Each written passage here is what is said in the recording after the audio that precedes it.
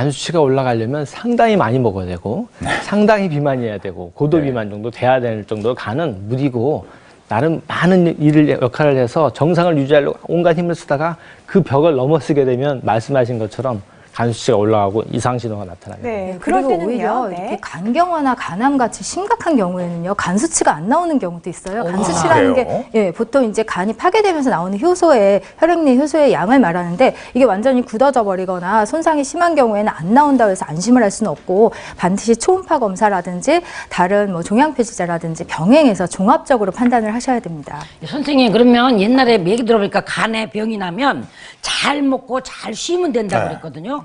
잘 먹고 잘 쉬면 되나요? 일반적인 간염이 있는 경우에는 잘 드시고 잘 쉬는 게 물론 중요합니다. 간에 무리를 주지 않아야 되니까요. 근데 최근같이 이렇게 지방간에 의한 그런 이제 문제가 있는 경우 오히려 이 잘 먹고 잘 쉬란 말을 많이 먹고 많이 쉬어라 이러면은 이제 비만이 더 악화되고 내장 지방이 증가되면 결국은 지방간이 더 심해질 수 있거든요. 단 이제 지방간이 있더라도 절대 금식은 하시면 안 되고요. 너무 단식을 하거나 금식을 하면 오히려 악화될 수 있으니까 소량 적절히 영양을 섭취하는 것이 중요합니다. 오늘 사례자분들은 뭐 큰 걱정은 안 하셔도 괜찮겠네요. 근데 다만 오 선생님 좀 줄이셔야겠네요, 약주를. 네.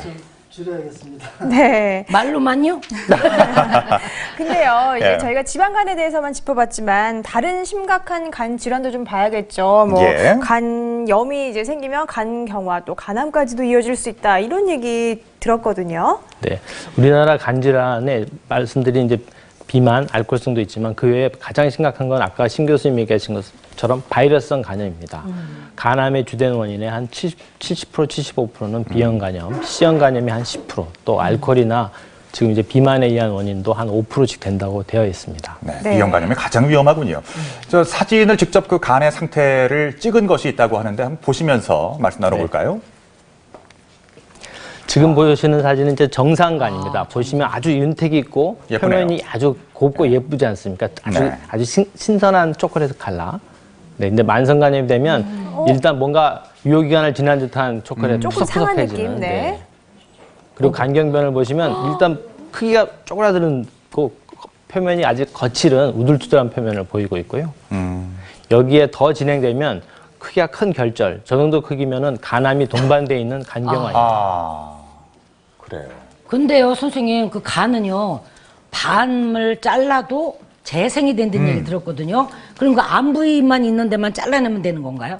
그렇죠. 수술이 제일 좋은데 말씀하신 것처럼 아까 간경변을 동반한 간암이 오기 때문에 간 기능이 많이 떨어진 상태에서 오니까 거기서 50%, 뭐 크게 70%를 자르면 간은 재생할 수 없어서 위험에 빠지게 됩니다. 그렇군요. 그러면 간염, 간경화 또 간암까지 올 수 있는 그러니까 간에 생기면 간에 병이 왔을 때 어떤 우리가 신호를 좀 알아채서 좀 미리 좀 예방할 수 있는지 건강 이상 신호를 살펴보겠습니다. 첫 번째는요. 자, 만성 피로. 근데 이거는 워낙 잘 알려져 있어서 환자분들이 좀 피로하다 싶으면 간 검사 해주세요 하고 오시는 경우가 많습니다. 근데 만성 피로의 원인이 모두 다 간 때문은 아니고요. 대개 뭐 결핵이라든지 빈혈, 심장질환 같은 경우에도 이 피로 증상이 많이 발생을 할 수 있는데 이 내과적인 원인의 20% 정도가 간에 의한 것이라고 합니다. 그러니까 피로가 너무 심하거나 지속된다면 간 기능 검사라든지 A형, B형, C형 간염 검사를 해보시는 게 좋겠습니다. 알겠습니다. 자, 적신호 계속해서 알아보겠습니다. 두 번째입니다. 갑작스러운 식욕부진과 소화불량.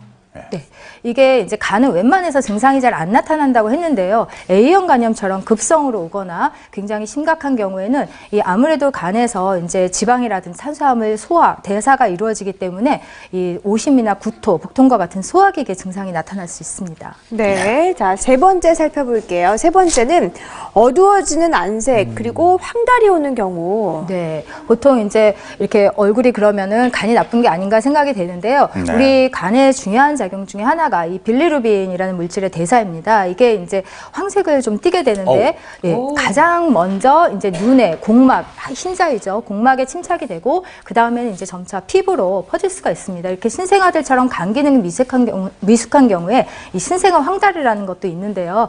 단 이렇게 최근에 이렇게 귤 같은 거 많이 먹어서 손바닥이 노래지는 경우는 이거는 황달이 아닙니다. 눈의 공막이 괜찮다면 걱정 안 하셔도 되겠습니다. 그러네요. 진짜 손이 노래서 귤을 많이 먹어서 그런 거였군요.